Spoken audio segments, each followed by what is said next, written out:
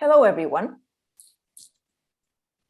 Wisbech and Pendant Museum in Cambridgeshire holds an archive of documents and artifacts relating to the work of activist Thomas Clarkson, including a campaign chest given to the museum in 1870, containing examples of 18th century African artifacts such as textiles, seeds, and leatherwork, collected by Thomas Clarkson to argue against the slave trade and show the potential for textile and spice trade with Africa.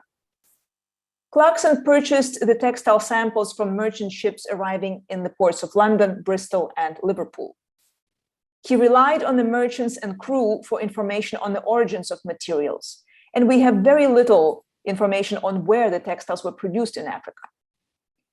In 2018, we initiated a study of the textiles, which makes use of scientific research methods to identify the origins of the textiles by determining the fibers, the dyes, and methods of their construction.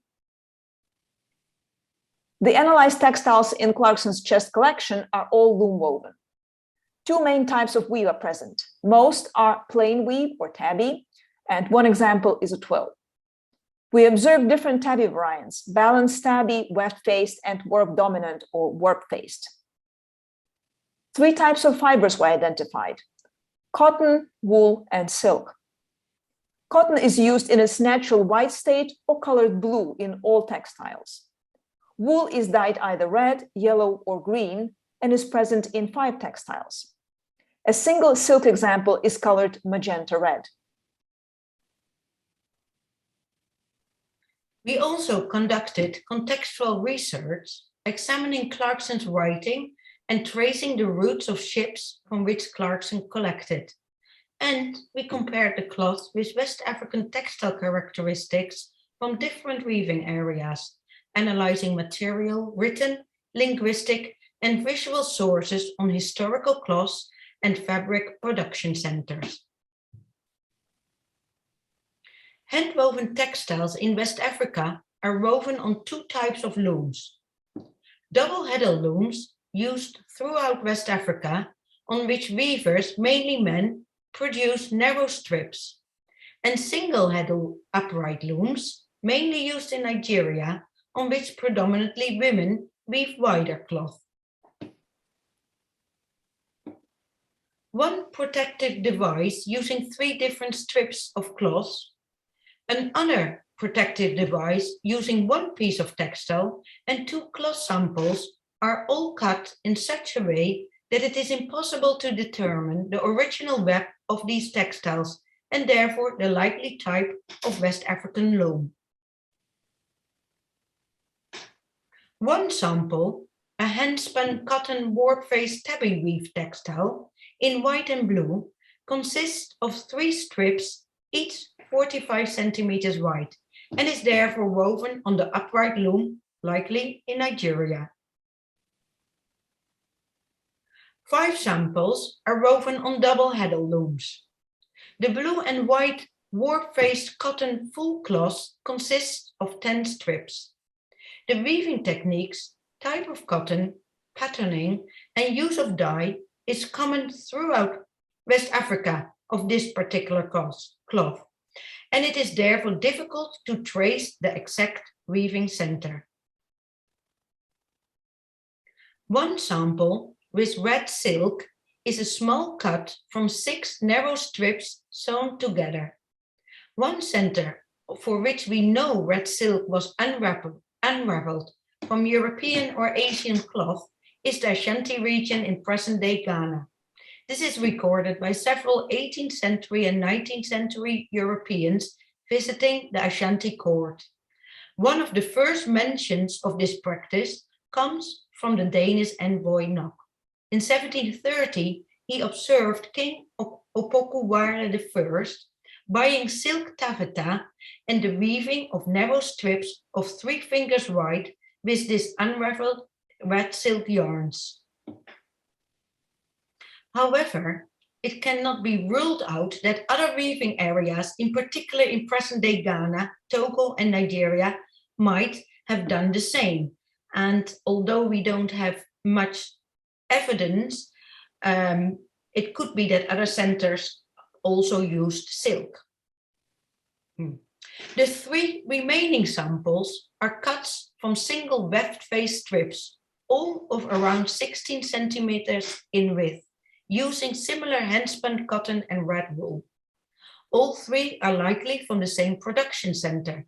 2 have similar weft striping in different colors and are laid from the same warp, indicating that the 2 samples are for the same intended cloth and likely woven by one weaver. The other sample is woven with undyed cotton and red wool, with red weft striping and supplementary warp patterning. The latter is a rare feature in West African weaving, at least in the 19th and 20th century, and associated with the Ewe region in current Ghana and Togo. High-performance liquid chromatography dye analysis determined that the blue colors in all samples were obtained with indigotin-containing plants, either indigo or woad. The yellow threads present in 2 textiles contained luteolin and apigenin, which is present in a broad range of plants such as weld, salwort, dyer's greenweed, types of chamomile, or other local equivalents. The green samples were unfortunately too small and did not yield any results. The detection of carminic acid in all red samples, together with minor amounts of other chemical traits, provided the evidence for the use of the red scale insect Mexican cochineal as animal red dye source. Mexican cochineal was widely imported to Europe and Asia by the 18th century. Red yarn from wool and silk cloth imported to Africa from Europe and Asia was unraveled to be used in locally produced pattern cloths. Since the first Europeans arrived on the West African coast at the end of the 15th century, particularities of West African consumer markets directed the trade in linen and woolen European textiles and Guinea cloth, the generic name for textiles imported from India to Europe and re-imported into West Africa in exchange for West African goods and enslaved people. And from the 18th century, also including European imitations of Indian cloth. These imported textiles were successful, not so much because they were novelties, but mainly because they supplemented the production of local cloth and dress items. They were imported and negotiated on West African terms based on the preferences of African consumers and producers. In the only twill textiles, we identified maclarine, which attests the use of old fustic or dyer's mulberry. This dye is present in the hardwood of large trees growing at the coasts of Central America, the Caribbean, and tropical South America.